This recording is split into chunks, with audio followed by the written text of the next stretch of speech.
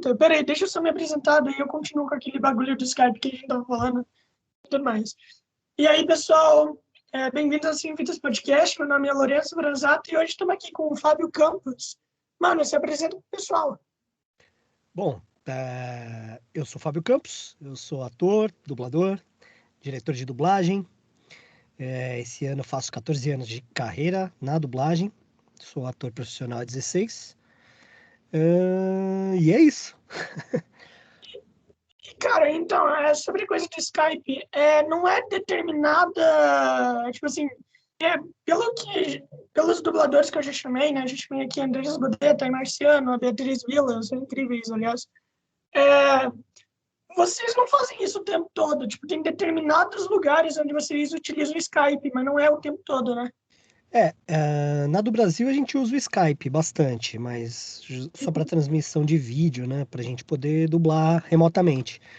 Tem outras plataformas também, né? Tem Source Connect, o... Como é que era o nome? Ah, não lembro. Cada casa usa uma plataforma diferente, sabe? Então acaba juntando todas. Eu usualmente uso o Skype, que é prático para transmitir o vídeo. O áudio não, o áudio vem por outra plataforma. Então a gente usa o Skype de forma remota, mas é o que eu tenho usado ultimamente. Para outras casas, aí quando eu vou dublar, eles mandam o link e a gente acessa também outra coisa, né? E Session Link Pro e tal.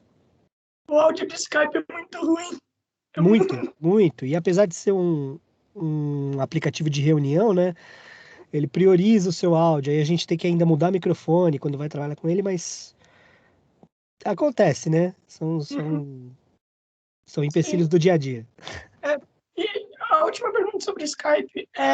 No Skype demora mais tempo para vocês fazerem tudo? Ou não? E Na verdade, de forma remota demora mais tempo, né? Independente da plataforma. Aí depende se a plataforma tá instável ou não.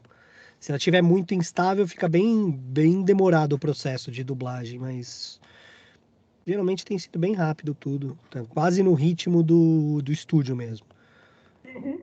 E, mano, me diz uma coisa. O Shigaraki é o personagem mais importante que tu já fez? Tipo assim, mais conhecido? Ou não? Não, não. O mais conhecido que eu fiz, o primeiro deles foi o Soma, de Leão Menor, em Cavaleiros do Zodíaco Ômega. Foi o que me deu mais repercussão. O Shigaraki é diferente porque é o meu primeiro vilão, né? Então é um trabalho diferente dos outros personagens. Então é um vilão de mais destaque. Também por eu estar dirigindo a série, né? O My Hero Academia, eu tenho um carinho muito especial. Apesar de ser um vilão, eu tenho carinho por ele. Eu vi um vídeo do Wendel Bezerra, onde ele falou que todo mundo quer dublar o vilão. Ele falou que todo mundo quer dublar o vilão. E por que isso, mano? Por quê? Tipo, eu sempre tive essa curiosidade. Porque o vilão é mais gostoso de fazer. Imagina só, vou dar um exemplo prático. Batman. O que o Batman fala no filme? Eu sou o É, Batman. Robin, cadê meu sim. carro? E é mais ou menos aqui. Ele tem as nuances dele, mas é o Batman. O Coringa, por outro lado, é muito mais divertido, né? Então, pro ator, é muito mais prazeroso fazer o vilão do que fazer o mocinho. Não que não seja legal, não que não seja divertido fazer o herói da história, mas o vilão também tem o seu lado bom, né? O vilão Uhum, é quem tramou tudo. Se não tivesse o vilão, não teria o herói. sim. Uhum. E é mais desafiador fazer Sim, um herói? sim. Porque a- o herói, ele tem sentimentos controversos, né? Uhum. Deboche, ciúme, depende da motivação dele, né? Enfim, ele é mais denso. Não, isso eu estou generalizando, tá? Tem casos específicos que o herói é muito melhor do que o vilão. De repente é aquele vilão que só é mal, né? E o herói é um baita cara engraçado. Então Sim. fica muito mais divertido você fazer o herói. Mas falando especificamente do Shigaraki, é muita nuance, né? Porque ele fala baixinho, a voz eu já trago para um outro lugar. Ele respira muito, apesar de não ter a boca, na maioria das vezes, porque ele tá com tem a mão na frente, do rosto, entender o texto, né? Dar o texto com propriedade é o maior desafio. Então eu vejo a cena, refaço a cena, principalmente esse fato de eu estar dirigindo a série, aí eu acabo voltando mais ainda, que eu quero que fique uma coisinha bem bacana na interpretação. Mas em geral é isso. O vilão ele é um pouco mais desenvolto, né? A gente lembra do herói, tal, o seriado é do herói, mas se não tiver o vilão, a gente não vê a ascensão desse herói, né? E é muito bom quando um anime e tal, ele faz um arco específico pro vilão. Por exemplo, nessa nova temporada de Boku no Hero, o Shigaraki é muito bem desenvolvido. Eu não sei se tu pode falar, por conta que eu não sei em qual episódio que vocês estão. Ah, sim. Eu faço a lição de casa. Quando eu vou dirigir uma série, etc., eu leio mangá, vejo anime, dependendo da série, eu jogo o jogo. Já fui atrás de quadrinho, às vezes tem série que não saiu aqui no Brasil, né? O mangá. Então eu corro atrás, leio em inglês, ou tá em japonês, eu pelo menos entendo o contexto e eu pesco uma outra palavra que o meu japonês não é bom, não. É bem chulé. Eu entendo uma palavra ou outra, mas o inglês e o espanhol para mim é mais tranquilo. Mas eu vou fazendo a lição de casa, né? Eu sei que, por exemplo, o arco, a segunda parte da temporada do My Hero Academia, dessa quinta temporada, vai ser focado nos vilões e na maturação do Shigaraki enquanto vilão, Assim, bastante nisso. E assim, justamente por saber o tamanho disso, tanto para os fãs e eu, em qualidade de diretor, dublador e fã, tenho que prestar muita atenção, né? Eu fico muito ansioso, não deixo a ansiedade atrapalhar o desenvolvimento da obra, né? O desenvolvimento do meu trabalho enquanto diretor artístico de dublagem. Mas fico com aquela ansiedade de fã. Então, por exemplo, eu quero, quando eu vou dirigir e escalo alguma pessoa, algum personagem que ainda não fez a série, né? Isso eu fiz com todo mundo que fez a série, mas eu escalo a pessoa e antes da gente começar a gravar, oi, tudo bem? Tudo bom? Tal, como é que você tá? Beleza, beleza? Ó, você vai fazer uma Hero Academia, o que acontece é o seguinte, que blá, blá, blá, blá, blá, porque isso vai culminar numa coisa lá na frente, etc. Para a pessoa entender o contexto, se contextualizar de verdade onde ela tá, saca? E eu gosto bastante de fazer isso e concentrar um arco de vilões é muito raro acontecer, né? Geralmente não tem por que aconteceu. Ah, o vilão é mal porque o menino roubou ele quando ele era criança. Ou, beleza, o Coringa. Ele é mal porque ele sofreu muito na vida e foi uma vítima da sociedade, no caso do último filme do Joaquin Phoenix, né? Muita gente entende que é uma vítima da sociedade. A sociedade fez o Coringa.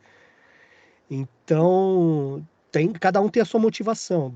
No caso exclusivo do My Hero Academia, eu fui buscar no mangá, nos episódios. Eu já assisti a série antes de começar a dirigir, já conhecia como como era toda a galera da UA, já li o mangá.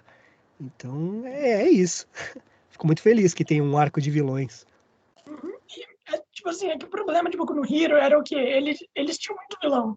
Só que, mano, tipo, ninguém liga, sabe? Tipo, eles não eram desenvolvidos, eles não eram bons. Teve lá o Alpha-One. Mano, o Alpha-One nem desenvolvido ele foi, ele só bateu de frente com o Might, nem É, desenvolvido ele foi. E como é que é pra você, mano, tipo assim, como fã, dublar uma obra tão incrível?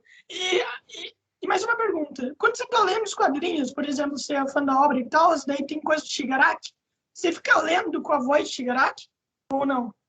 Você já fez isso? Quer dizer, eu sei que não é o tempo todo.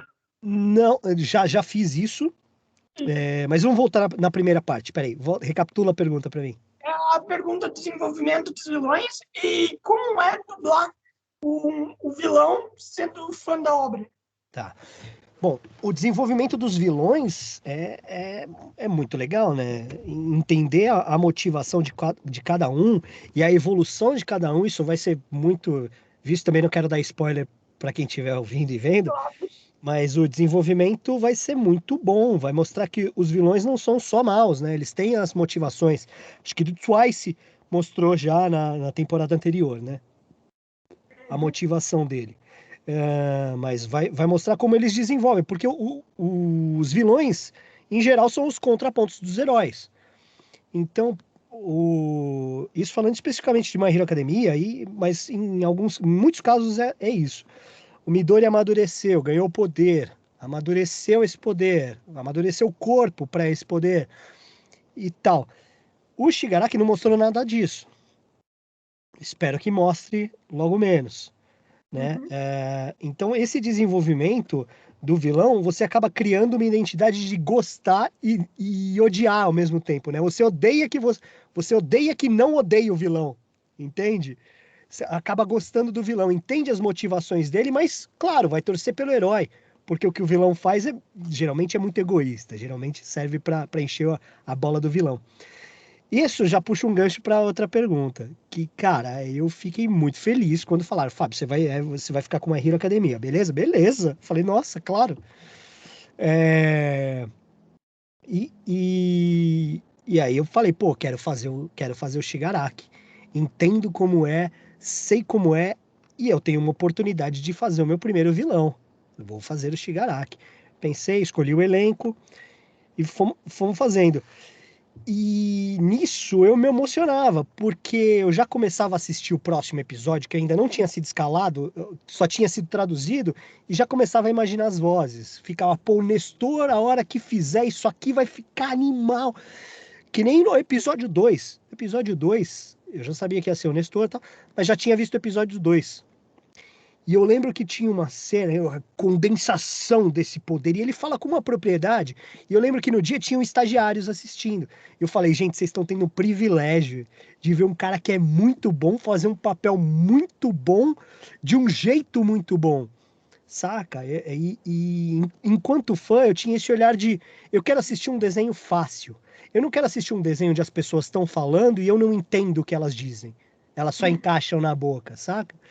Então, troca de texto, terminologia, a gente sempre trabalhando com a tradução do mangá, as terminologias do cliente, né? Então, muita coisa em inglês é mantida, a maioria das coisas, né? A tradução do inglês para o português a gente não faz muito numa Hero Academia, até porque o herói, o primeiro herói principal era o All Might. A Sim. individualidade é o One for All e o inimigo é o All for One. Eu não poderia pôr todos por um por todos. Né? E tem muita referência. Eu fui buscar muitas outras referências fora da linha do mangá. Né? Vi entrevista do Correi, que é o criador, né? Vi entrevistas dele. Enfim, eu fui fazer a lição de casa, Não, claro, claro. sabe? E fui pesquisar as vozes, fui entender qual o tipo de interpretação as vozes originais estavam habituadas a fazer e qual o Uhum. tipo de interpretação que o elenco que eu escolhi para a série estava habituado a fazer. Mesmo sendo gente nova. Não que seja gente nova que eu só joguei ali, sabe? É gente que eu dei aula, é gente que eu sei o quanto conseguiria me entregar naquele momento. Hoje estão muito, muito diferentes. Você acompanha um crescimento de alguns personagens que estão muito melhores. Mas enquanto fã, eu tenho essa preocupação de entender o desenho. Às vezes eu assistia em japonês e tinha gente que assistia, minha namorada assistia e tal. E ela assistia em japonês, porque eu assistia em japonês antes, né? Pra ir revisando o texto. E Claro. assistia em japonês. Eu não entendo nada. Ela falava, eu não tô entendendo nada. E eu falava, pô, eu vi os primeiros, eu falei, eu tô entendendo tudo. Mas quando tiver dublado, você vai entender melhor. Aí ela assistia legendado, depois comigo, e depois dublado. Aí dublado ela falava, entendi, agora eu entendi. Agora eu saquei porque que ele falou isso. E saca, esse tipo de coisa que eu gosto de deixar bem evidente com um olhar de fã que tem uma oportunidade de proporcionar um trabalho pro amador. Eu acho que ficou meio confuso isso, mas eu gosto de fazer o profissional com a vontade do amador. Que o próprio nome já diz, o amador é aquele que ama aquilo que faz, Sim. né? Quando ele se torna profissional, ele deixa de ser amador? Eu não acho que tem que ser, saca? Ah, Eu acho que ele tem que continuar amando aquilo que faz, porque aí não vira trabalho. Cara, graças a Deus eu tô entupido de trabalho pelas próximas semanas. E eu tô muito feliz. Eu sei que eu vou ficar cansado pra caramba, eu vou trabalhar muito. Eu adoro trabalhar. Eu não paro de trabalhar. Hoje, tô trabalhando hoje, tô revisando o texto do My Hero Academia. Tô revisando de outras séries, enfim, que eu também não posso falar que vão entrar, mas É claro, vai não, ser de boa. legal. Mas eu gosto de trabalhar. E eu era fã. Quando me profissionalizei e falei, vou dublar, é isso que eu quero, falei, eu não posso perder essa sensibilidade. E Eu aí, acho que eu consegui manter e tô fazendo o máximo para manter enquanto eu posso. E, mano, é uma pergunta que eu sempre tive, por conta que eu já conversei, né, com o Bruno Casemiro, né, o dublador de Kirishima e tal, daí a gente ficou falando e etc. Daí eu tive uma pergunta, mano.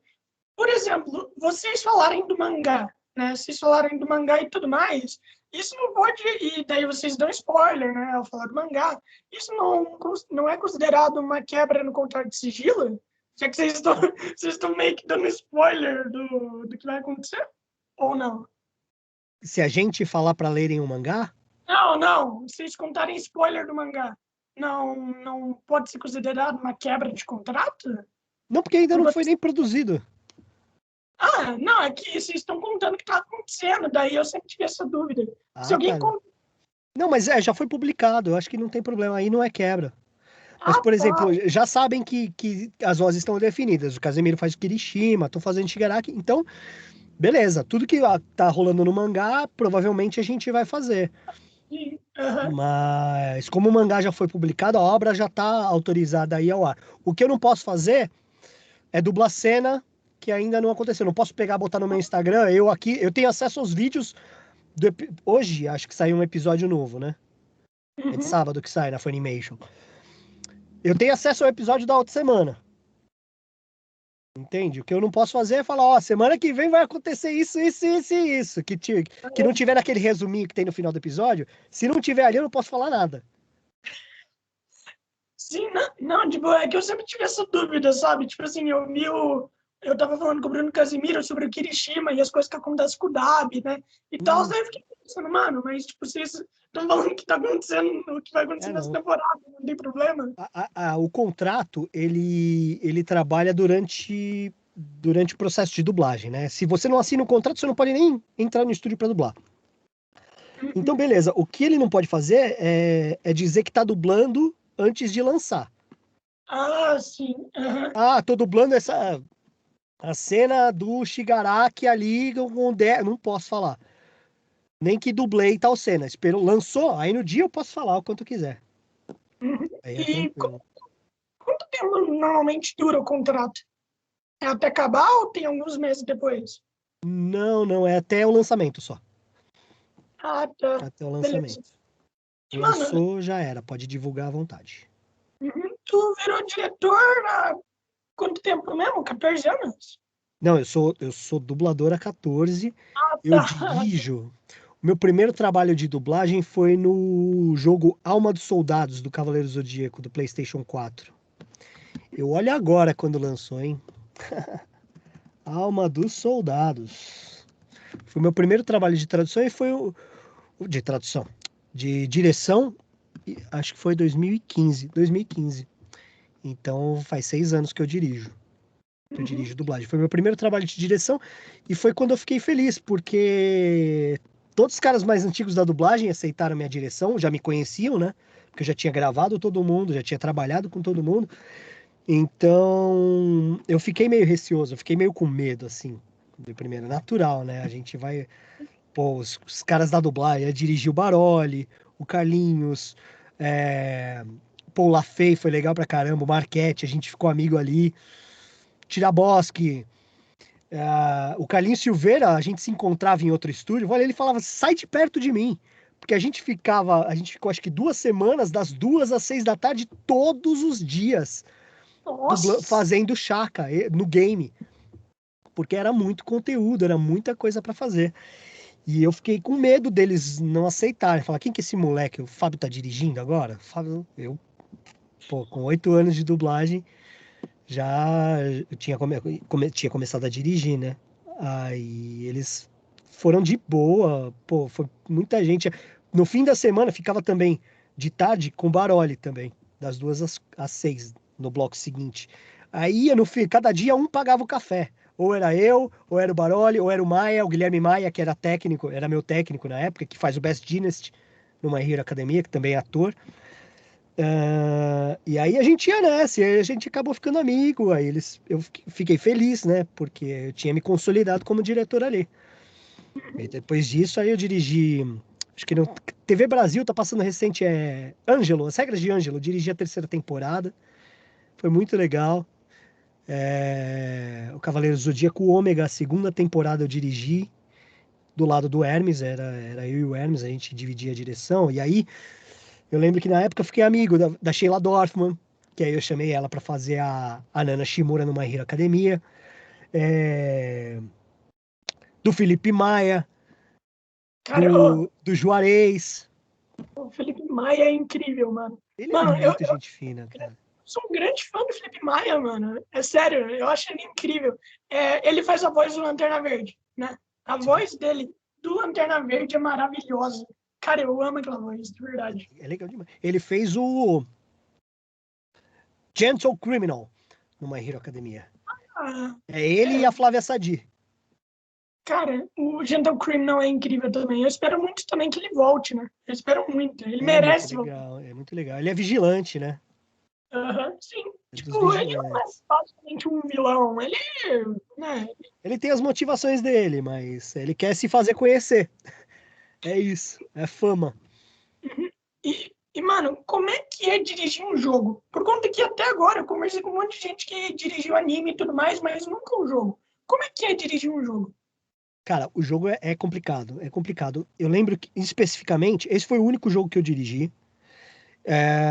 Diferente de muitos jogos que são feitos aqui no Brasil, esse veio em japonês. E assim, como eu entendo algumas palavras-chave, eu consegui entender. E eu lembro que a narração, no começo, a tradução estava bem diferente do que era em todas as outras séries de Cavaleiro Zodíaco. E como eu já vinha dirigindo, como eu já vinha dublando, né? Eu fiz o Soma de Leão Menor em 2013. Mordi a língua. Ah, em 2013. Vinha fazendo Soma de Leão Menor em 2013. E já conhecia Cavaleiros desde os 10 anos de idade. Eu sabia que estava meio complicada a tradução ali. Então eu lembro que eu fiquei na do Brasil uma noite. Eu fiquei das 10 da noite às 6 da manhã reescrevendo o começo do jogo para caber na métrica do narrador e não ficar feio. Por quê? Porque às vezes a pausa, né, do som no japonês não cabe a mesma pausa em português. Fica uma coisa Sim. estranha, né? Dando esse exemplo. Fica uma coisa esquisita. Então eu fui reescrevendo e adaptando o começo para caber. Então as 6 primeiras horas de jogo eu readaptei inteira. Inteiras, né? E, e assim, é bem complicado porque você tem que seguir a onda, você não tem imagem, né? Você Sim. tem só o som. E eu lembro que muita gente tinha complicação fazer o som. Tinha gente que ouvia e fazia depois, tinha gente que ouvia e depois voltava e fazia junto.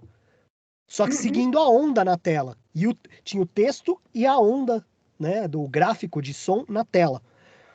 E era muito doido, porque a gente tinha que adaptar, às vezes tinha coisa que a gente parava. Eu lembro numa que eu tava dirigindo o Grinan, e aí ele falou um negócio, ele ia começar a falar a frase, eu já abri o talkback e falei pra ele, agora. E ele sabia que era pra botar o agora no fim da frase. Isso porque ele já é Sim. dublador há muitos anos. Ele me ensinou muito, ele que me deu aula, o Grinan. O Hermes me ensinou muito, eu aprendi muito com eles. E dirigir o jogo, você tem que entender do que você está falando. Você tem o briefing, né? Você tem o tipo do personagem. Lógico, no Cavaleiro do Zodíaco já era mais fácil porque já estava todo mundo escalado. Né? Já sabia que o Saga era o Saga, o Shaka era o Shaka, o Sei era o Sei. Então, como já estava escalado, já tinha metade do trabalho pronto. Agora, dirigir o sincronismo, a intensidade, ficou fácil porque já eram muito bons atores, né? Uhum. Mas tinha gente que era um pouco mais nova ali e acabou que a gente conseguiu conciliar a entrega dos dois lados, né? Do diretor e do ator para achar um resultado bacana. Eu acho que ficou legal. Não recebi muitos feedbacks negativos. Não lembro de ter recebido um feedback negativo da dublagem do jogo em si, mas é mais complicado que dublagem. E, e eu tava conversando com a Beatriz Villa e ela me falou que quando é um jogo, vocês recebem as falas tudo embaralhada para não receber spoiler do jogo e tudo mais. E como é que é produzir, e como é que é produzir Depende, algo quando é tudo embaralhado, você não sabe direito o que está acontecendo? então, depende da produção. O Claro. Cavaleiro Zodíaco, o que que acontece? Como a gente gravava um personagem por vez, quando o ator chegava e olhava lá na tela, via só as falas dele. Eu, enquanto diretor, o que que eu fiz? Eu olhava as falas dos outros para ver se o contexto batia, entendeu? Então, o diretor ele tem acesso à sequência, ao número dos arquivos, é claro. 16 mil arquivos, você não vai um por um colocando na sequência, que foi o que eu fiz nesse começo do jogo, por isso que eu fui reescrevendo tudo. O narrador, ele foi sequencialmente fazendo, né? Ele era feito sequencialmente, então foi mais tranquilo. Agora, cabe ao diretor passar para o ator o subtexto para ele dar aquele texto com propriedade, entendeu? Então, o diretor é uma função muito que exige muito e depende muito dela para o trabalho ficar bom. Depende muito do diretor. E, mano, você falou lá que o seu maior personagem que tu já dublou foi de Cavaleiro do Zodíaco e tudo mais. Acho que todo Por mundo enquanto, sabe, por enquanto, acho que todo mundo aqui sabe que Cavaleiro do Zodíaco é mega famoso, fez parte da infância de todo mundo. E como é que foi isso? Você vê a repercussão do Cavaleiro de Zodíaco até hoje em dia, sabe? Por conta que até hoje em dia tem uma legião de fãs, né? tem gente outro dia que me mandou desenho do Soma. Eu falei, nossa, eu tô assistindo agora. Cavaleiro, eu falei, pô, que legal, que louco. E Cavaleiros do Zodíaco, pô, pra mim foi marcante porque eu assistia desde os 10 anos de idade. Foi muito legal. E cada um é uma sensação diferente, sabe? O My Hero Academia é porque eu sou fã também, então eu tenho o mesmo carinho que eu tenho por Cavaleiros do Zodíaco. E que nem o Fruits Basket também, que eu fiz o Kyo agora. Fruits Basket eu tinha assistido a primeira versão em 2001. É, Duas versões? tem duas, eu faço a versão atual, faço a versão de 2019. E tinha a versão de 2001. E em 2001 eu ainda assistia bastante anime. Ainda assistia bastante. Eu era bem mais otaku, vamos dizer assim, do que eu sou hoje. Mas por conta do corre-corre na cidade grande, não, do corre-corre do nosso dia a dia, eu fui deixando de assistir e assistindo só as séries com as quais eu estava trabalhando. Mas Uhum. vira e mexe eu assisto uma ou outra, eu assisto One Piece, assisti Naruto inteiro, assisti Bleach inteiro. One Piece eu dei uma parada no 697, eu acho. Mano, É eu tô no mangá, episódio. eu acompanho as Nossa. atualizações do mangá. Mangá também, eu lia bastante. Eu tenho um amigo meu que a gente se conheceu porque eu tava lendo assim o mangá do Yu Yu Hakusho na faculdade. Tava lendo o mangá e ele falou: Nossa, você curte? Eu falei: Curto. Pô, vamos ser amigo, vamos ser amigo. Mano, Até e hoje. uma coisa, você acha que um dublador que já é fã, não, um diretor, dublador que já é fã, ele consegue dirigir muito melhor do que quem não é? Por exemplo, o Glauco, né? Sabe o Glauco, o Uhum. diretor, dublador do Zoro? O cara fez algo incrível com One Piece. A dublagem de One Piece ficou sensacional. Não, não sei se tu viu. Não, Eu não, ainda não vi, eu ainda não vi dublado, porque eu tô lá no 600 e tralalá. Depois eu pego e vejo ah, tudo dublado de novo, porque aí é mais fácil de assimilar. Porque o One Piece é uma série que eu assisto assim. Eu boto um, dois episódios, assisto, beleza. Aí eu tenho que fazer uma coisa, lavar louça, por exemplo. Aí eu pego sim. meu celular, deixo aqui em cima, vou lavando louça e vou vendo e tal. Porque É tem que muita coisa, às vezes demora, tem episódio que a narrativa é muito lenta. Eu acho que é Skype. Skype, Skype eu assim, acho muito lenta a narrativa, cara. E foi uma série foi um pedaço que eu fui assistindo, olhando pro lado, fazendo outra coisa. Não é uma série que eu tenho tanto carinho. Eu gosto, mas Eu não sei se o fã... É que assim, o fã ele tem aquela ânsia de assistir mais, né? E de E, ver a obra e tudo mais. Não pode deixar atrapalhar, claro, né? E outra, eu acho que o diretor tem que ser fã do seu trabalho. E eu, Fábio, tá? Eu acho que o diretor tem que ser fã do seu trabalho, porque ele tem que ter um carinho muito grande com aquilo que ele tá fazendo. Porque às vezes, é uma fala zoada, é uma fala muito esquisita. Se o diretor gosta muito daquilo, ele vai pedir para fazer de novo, né? vai. Ele vai orientar a pessoa a fazer da forma que ele acha que é bacana, do contexto que ele já sabe é, como, como funciona na tela. De repente, tem muito Oni-san, One-chan, né? Que são. Não estou falando só dos honoríficos japoneses, Chan, San, Kan, mas do cara falar, irmão! E em português, é muito raro a gente chamar o irmão de irmão, Sim, né? sim. Então, algumas vezes eu pego e troco. O cara chama One-san, Oni-chan. Eu pego e troco. Aí boto o nome do personagem. Sim. Claro, não estou alterando a obra, mas é o jeito como a maioria dos irmãos, não estou falando, também vou generalizar, não sou o dono da verdade, né? Os irmãos que eu conheço e os meus irmãos e os irmãos dos meus amigos, eles se chamam todos pelo nome. Exceto Uhum. quando tá na terceira, o meu irmão fez isso, o meu irmão Aham. fez aquilo. Em português, né? Na nossa língua. É muito raro a gente falar irmão, a não ser que seja Uhum. um padre, irmão, ou da mesma congregação também, irmão, Sim. né? Mas não clamar, né? Exclamar o nome do irmão quando tá acontecendo alguma coisa. Eu, enquanto diretor, a minha visão é essa. Então eu pego e mudo, faço a versão brasileira que eu acho mais compatível com a série que eu estiver dirigindo. Se o diretor vira fã da própria série, ele vai ter essa consciência de que existe a versão em português e ele entende o contexto, por mais que a série seja alguma coisa nada a ver. Eu dirigi VIP da HBO. É uma série de política. Eu não entendia lufas de política. E aí eu fui ver, não sei o que, tinha um episódio que era sobre a guerra da Geórgia. Aí eu fui lá olhar, não sei o que, tinha uma narração em russo, tem que saber por que tem a ver o russo com a Geórgia. É do lado, é do lado, não sei o que. Entendeu?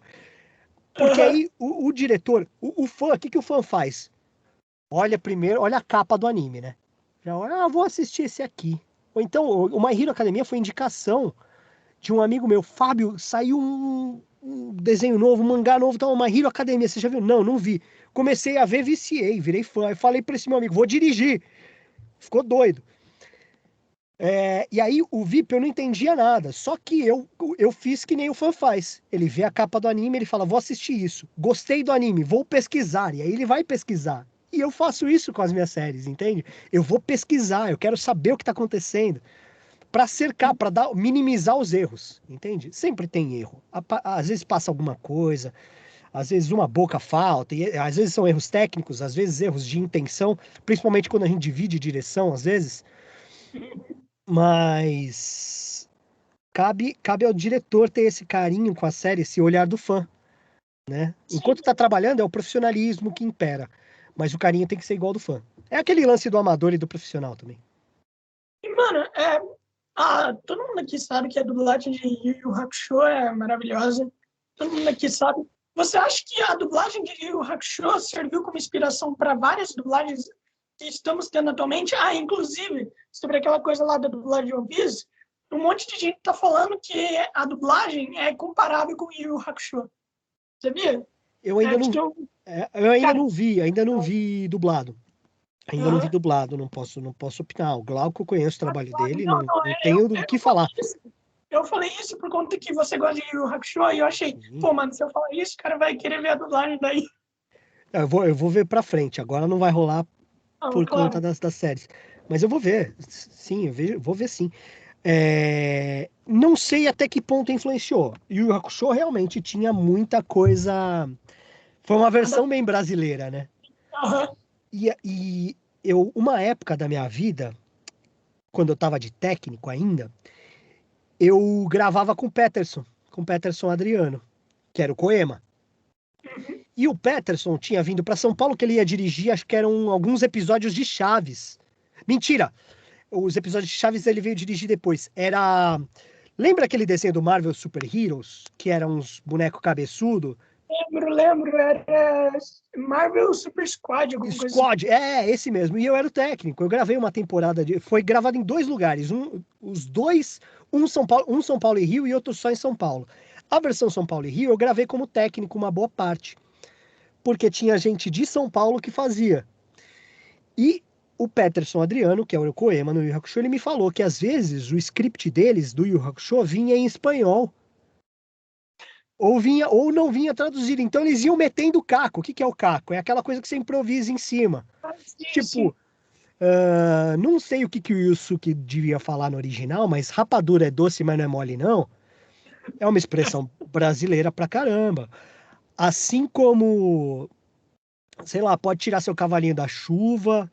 Eu adoro expressão idiomática. Eu acho que não tem nada mais brasileiro do que expressão idiomática. Colocar, por exemplo, o americano fala I miss you, né? Eu sinto sua falta. Sim. Diferente de saudade. Saudade é uma palavra muito brasileira, né? E se vier eu sinto sua falta, eu vou colocar, eu sinto saudade, eu tô com saudade de você. Pô, Deus, uma saudade de fazer não sei o quê. A gente fala, né? É muito usual. Diferente de eu mal posso esperar para ver tal coisa. Mal posso esperar é muito americano. O brasileiro fala, eu não vejo a hora disso acontecer, né? Não vejo a hora, é muito doido.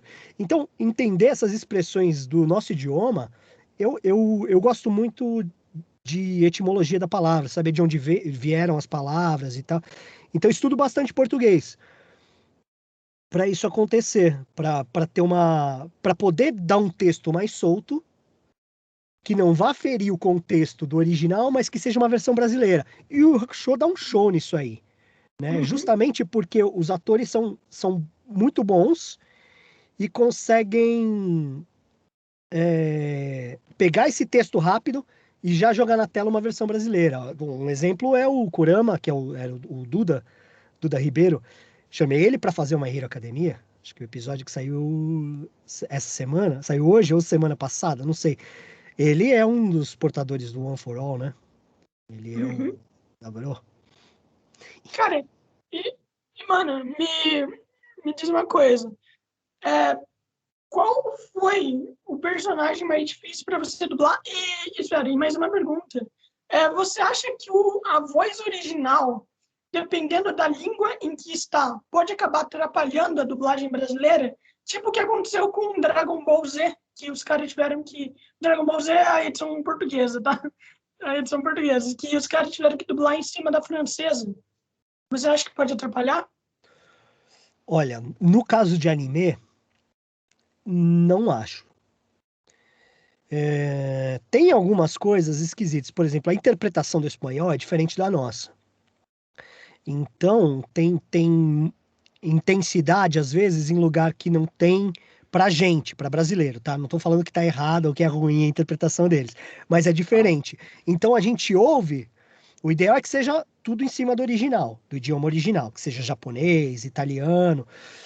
Então, cada idioma tem a sua complexidade. O francês, por exemplo, parece que a gente fala muito, que ele fala muito mais rápido que a gente. E Fala muito. na verdade é uma questão de propriedade de texto. O dublador, o que ele faz? Ele interpreta uma versão brasileira do que ele vê na tela. Então, independente da boca ou do idioma que tiver, ele vai ter que dar aquele contexto de cena. Tipo, você não pode fazer isso agora. Pô, tem que fazer mais rápido. Pode ir tirando seu cavalinho da chuva. Pode ser a mesma coisa. É a mesma musicalidade, funciona do mesmo jeito. Então, independente da expressão que você usar, vai caber naquele contexto. Independente do idioma que for, eu tenho que fazer em português. Então, a minha música, a musicalidade do brasileiro é uma só, né? Diferente da música do americano. É só abstrair do idioma original, na verdade. Interpretar em cima da cena, do que está acontecendo. Eu acho que o idioma, no caso do anime, é um pouco irrelevante. Diferente de live. Filme chinês é complicado dublar. Porque às vezes uma palavra quer dizer 3 pra gente, ou 3 pra gente quer dizer 7 para eles.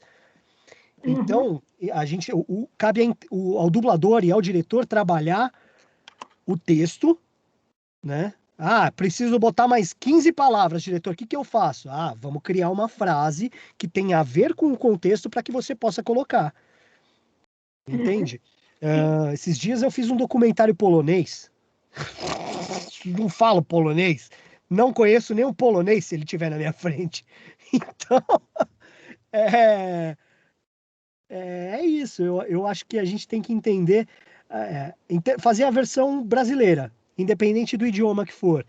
Independente da. Cada idioma tem uma dificuldade, um desafio para ser superado. E sobre o documentário e tal, no documentário você fez o cara que estava apresentando ou você fez o voice-over, né? O cara que tá só falando lá. Ah, nesse documentário aí polonês, eu fiz um carinha que tava comprando alguma coisa numa loja de aqueles mercado de pulgas que chama? Ah, sim. Aham. É, tipo isso, só que polonês. Aí eu fiz um dos carinhas que estava lá, que ia comprar. Ele fez o episódio inteiro, era ele e o amigo dele comprando, acho que era uma gaiola, enfim, para restaurar e vender. É diferente, tá? O voice-over da dublagem. O Uhum. voice-over, como é que eu posso te exemplificar de um jeito mais. Já sei. Já viu Fantástico? Já vi, claro. Aí vai uma atriz dar uma entrevista lá. Eu não sei quem que é a apresentadora do Fantástico agora, que faz muito tempo que eu não vejo. Mas aí a atriz começa a dar entrevista. I think, bababá, bababá, aí baixa o volume dela, entra, eu acho que não sei o que, não sei o que lá, não sei o que, e aí volta o som original. Esse é o Uhum. voice-over, porque ela só passa a informação. Se a mulher tá rindo na tela, ela nem vai rir junto. Ah, Ela sim. só vai. É quase uma tradução simultânea. A dublagem, sim. A dublagem é quando não tem o som por baixo, você interpreta em cima e tem que respeitar a labial, as batidinhas de boca. Diferente do voice-over. Nesse documentário específico, eu fiz dublagem. Então tinha que entender a boca do personagem polonês. Não é personagem, né? Era documentário, não tem personagem. É, entender se a boca acaba com A, se a boca acaba com O. Eu presto muita atenção nisso, sabe?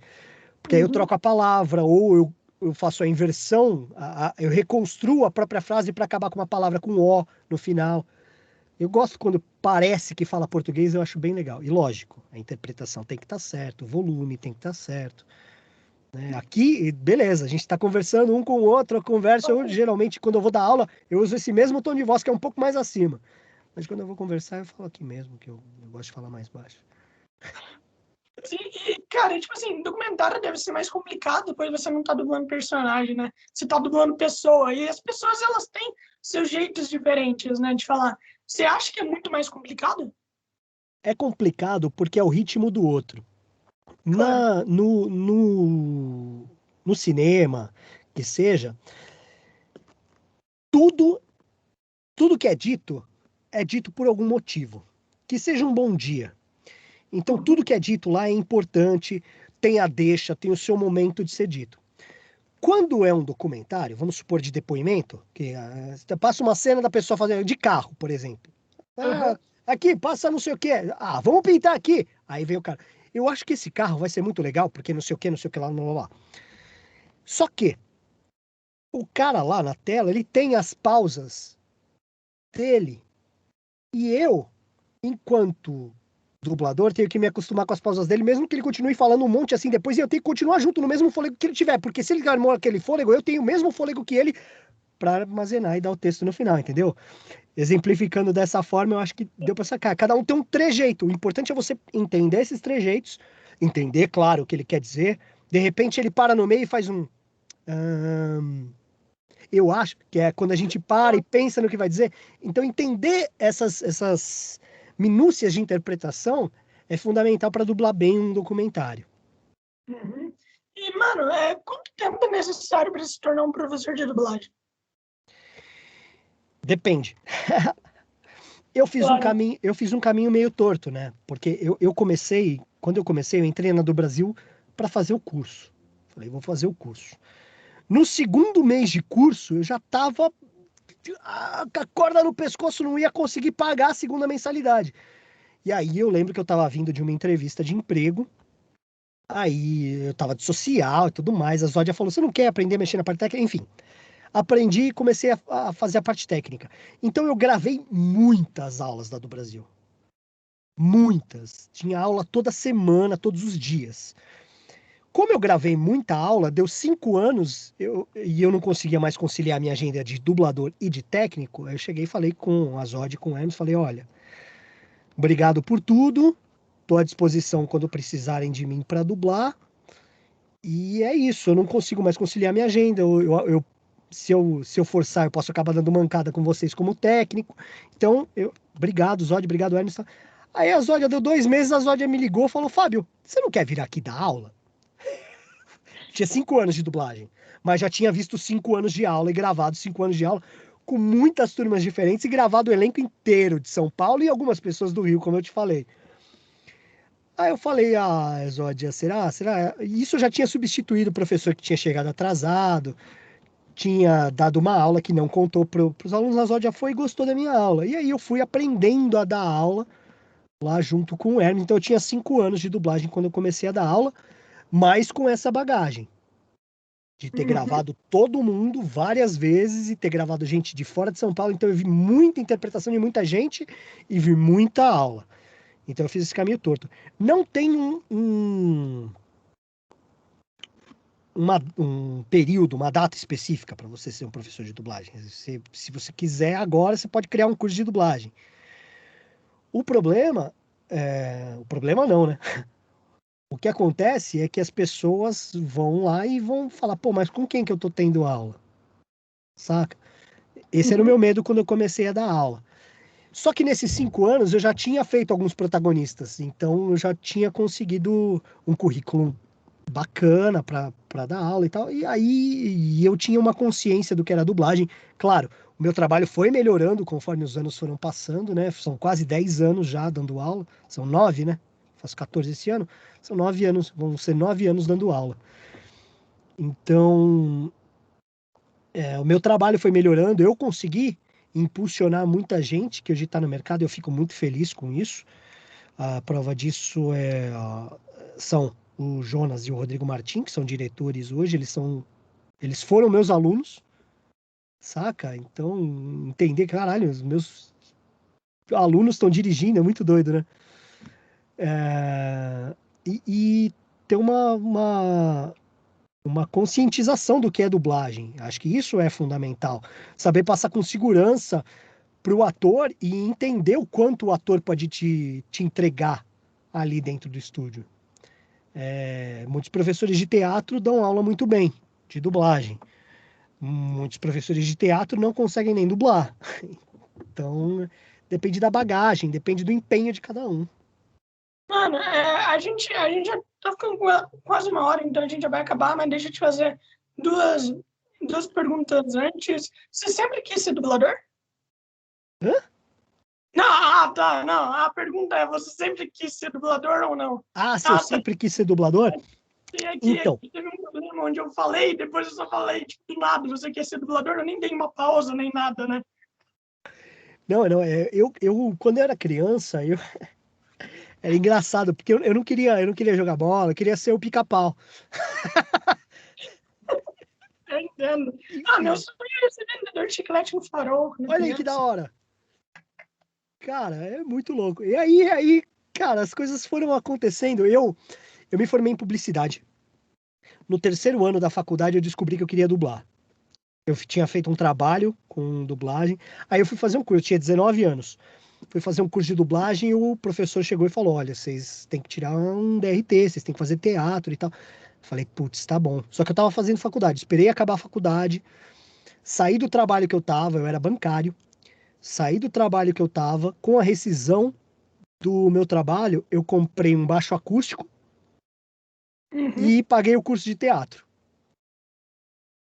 Aí, aí eu fui fazer teatro, mas foi no terceiro ano da faculdade eu descobri. Quando eu fiz um trabalho sobre dublagem, a gente mesmo pegar e dublar uma cena qualquer, botar outra voz, porque tinham mostrado pra gente alguma coisa de mídia e blá blá blá. Não lembro muito bem o que que era. Aí eu fiz o trabalho, eu falei, nossa, que animal, decupei o texto, eu fiz todo o esquema de direção. Nem sabia na época. E aí fizemos o trabalho, eu e esse meu amigo que virou meu amigo por causa do Yu Yu Hakusho. E foi legal pra caramba. Eu falei, pô, eu quero dublar. E eu lembro que eu tinha aula de sábado, falei com o professor pra ele deixar eu entregar um trabalho depois pra fazer o curso. Aí depois comecei, virei ator e foi assim. Mas a priori eu queria ser o Pica-Pau. Qual foi o personagem mais difícil que tu já dublou? Mais difícil? Tiveram alguns. Tinha um que me marcou bastante, porque eu tinha. Porque eu era um cara que chorava bastante porque ele tinha perdido um amigo e tinha acontecido isso comigo na época. Era uma Nossa, novela que chamava Correio de Adolescentes. Era gravada no Estúdio Gabi, eu fiz o Hugo, que era um cara que perdia o melhor amigo. Eu falei, nossa senhora, tô bem escalado. A piada que eu ainda faço. Pra diretora. E aí ela viu que ali tinha a verdade cênica quando eu fiz. Foi complicado fazer por causa dessa memória emotiva. De técnica, tecnicamente, eu acho que o que eu apanhei para fazer muito foi o Cavaleiros. Porque quer queira que não, era um personagem de expressão, né? E que não podia ficar ruim, tinha que ficar no mínimo bom. uhum. Então eu lembro que o Hermes incentivou bastante eu e o Caio Guarnieri. A gente aprendeu muito durante esse processo de Cavaleiros do Zodíaco, e a gente apanhou muito, mas o nosso trabalho também melhorou muito. A partir daquilo a gente dublava qualquer coisa. Tem um momento na carreira do dublador que ele chega, ele entra um dia no estúdio com uma segurança que ele não sabe de onde vem. Ele fala, não, tudo bem, e tudo começa a ficar mais claro, e você começa a fazer as coisas de um jeito mais fácil. Ah, tá, entendi. E só faz. Porque quando você começa uma carreira diferente, você tem medo de errar. E esse Aham. medo de errar é o que atrapalha. Você tem que errou, paciência, eu tô um clique de acertar. O E, técnico vai, clica, já era. mano, tipo, você tá muito seguro pra fazer as coisas ao ponto de só chegar lá e falar, vou fazer, vai, manda aí. Mano, deve ser incrível, deve ser uma segurança muito boa. Tanto pra você sentir a segurança, deve ser maravilhoso. Você fala, pô, mano, já tô em casa, sabe? Eu já tô em É, é. casa. Não tem por que Mas me é o que vai preocupar. acontecendo com o tempo. O dublador começa a primeiro ter medo da própria interpretação, duvidar da própria interpretação. Depois começa a duvidar da capacidade perante ao diretor. Depois entra até uma arrogância que você começa a falar, ah, não sei mais que esse diretor que tá aí. E aí você começa a quebrar as pernas feio.